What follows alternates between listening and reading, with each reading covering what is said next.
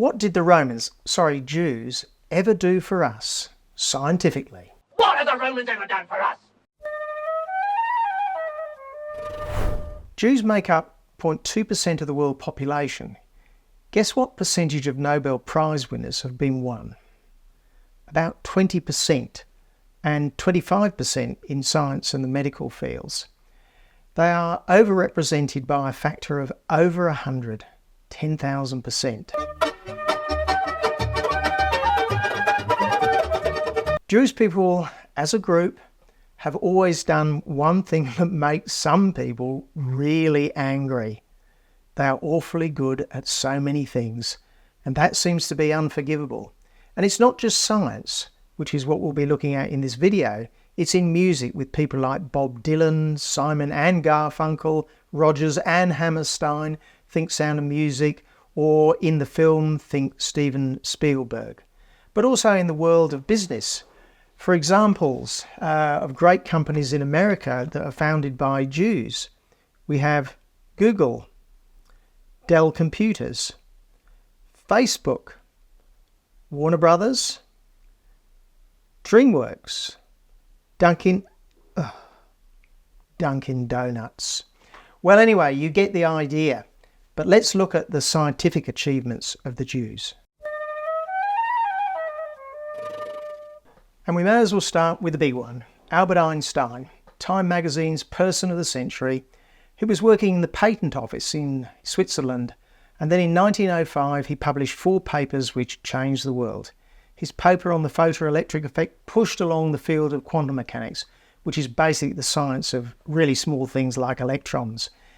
And basically it was able to explain things which were previously unexplainable. And his paper on the relativity was the science of essentially everything that goes very fast.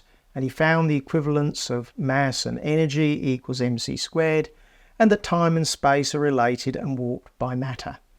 Without Einstein, so many things that we have today would be effectively impossible. For example, lasers. Without lasers, there's no internet because we could not fire signals down the optic fibres that we need to give the massive data transfer rates that we've got today. And the GPS systems would be impossible without Einstein's work on relativity. Those signals on the ultra-accurate clocks on the satellites run at a different speed to the clocks down on Earth, and the signals need to be adjusted. Then there's electronics, which is essentially in every device you own just about. Electronics would essentially be a black art if it wasn't for the field of quantum mechanics. And Einstein worked in a time when Jews were very unpopular in Europe, especially in Germany. It was going to get a lot worse. But more about that later, because countries that expel Jews, well, the country is invariably the loser. So here are some other great Jewish scientists. Fritz Haber, who you probably never heard of. His work included the development of the processes to make nitrogen fertilizers. This has been one of the huge advances in agriculture and food production. To make proteins, plants need nitrogen compounds such as ammonia or nitrates. These have been very scarce in nature, and this has limited crop yields for millennia. It is estimated about half of the nitrogen in the protein in your body comes out of a factory that depended on the work of Haber.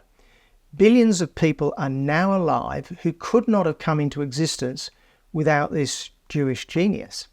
About half the people in the Middle East surrounding Israel owe their existence to Haber.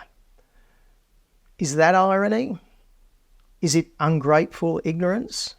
Or what about Jonas Salk? He invented polio vaccines. People forget that polio was a diabolical disease. It often crippled children. Many ended up in iron lungs, trapped for life and dependent on a machine to breathe. How many children did Jonas Salk and his co-workers save? How many children in the Middle Eastern countries that surround and generally hate Israel owe their lives to this Jew? And he didn't even get a Nobel Prize, like remarkable physicist Lisa Meitner, who co-discovered nuclear fission and ended up getting chucked out of Germany. But many others did win Nobels. For example, Isidor Isaac Rabi worked on nuclear magnetic resonance, NMR, which is fundamental to look at the structure of organic molecules. NMR allows chemists to look inside the molecule and work out its bonding arrangements. This was a huge advance for chemists. In fact, chemists have never had so much fun. But NMR is also used in MRI scanners. And I could go on with the other 100+ Jewish Nobels, but I want to focus on the hatred of the Jews and especially the expulsion of Jews, which has been a huge own goal for all the countries that do it. For example, look at the invention of the atom bomb during the Second World War. It was a war-winning weapon like nothing else. If the Germans had not been beaten in the Second World War in May 1945, after they'd murdered 6 million Jews, they would have had an atom bomb dropped on them like the Japanese in September 1945. And those atom bombs were, to a great extent, developed by Jewish scientists who had escaped Germany. Germany was also trying to make nuclear weapons, and if they'd been successful, Hitler would have used it and won the war without a doubt. But in America, there was Robert Oppenheimer, a Jew who led the Manhattan Project to make the bomb. In the all-important theoretical physics part of the Manhattan Project, 20% of the scientists were Jews. Of the 8 major groups in the project, 5 were headed by Jews. Jews like Hans Bethe, Richard Feynman, Edward Teller were critical, or Leo Szilard, who envisaged how the nuclear chain reaction could work. Szilard, like many Jewish scientists, was forced out of Germany due to his Jewish background, and he ended up in England and then in the United States. Like today, in the 1930s, the greatest hatred of Jews, even the great ones like Einstein, was most redolent in the universities. Sure, the Nazis forced their anti-Semitic hatred in the universities, but they found fertile ground at the universities. Sound familiar? At the end of the war, the British captured and interrogated the German scientists who were working on their atom bomb project. They wanted to know how far the Germans had advanced, so they locked them all up in a big old mansion and installed listening devices on all the rooms. When the Hiroshima bomb fell, these scientists were given all the newspaper reports, and the British listened to the conversations. The German nuclear scientists were utterly shocked at this development, the construction of the bomb. It turned out that, in fact, the Germans abjectly failed to come even close to getting a bomb. They had followed completely the wrong path, and there wasn't a Jew amongst them. These guys, they must have been seriously pissed. So, while you contemplate this happy eventuality, maybe like and subscribe. Actually, it wasn't luck, was it? And remember that it's not so different today when it comes to Jews being expelled. There is much said today about the supposed dispossession of Palestinians after Israel became a country, but it never seems to be mentioned that Jews were thrown out of countries in the Middle East, 50,000 from Yemen alone, and look what became of Yemen. Perhaps 1 million Jews have been expelled since the 1940s from Arab countries and Iran. There might be just 10,000 remaining and living in terrible danger. Just think how America in particular gained from the Jews that went there. What a stupid mistake those Arab countries made by expelling their Jews. But that's what hate does.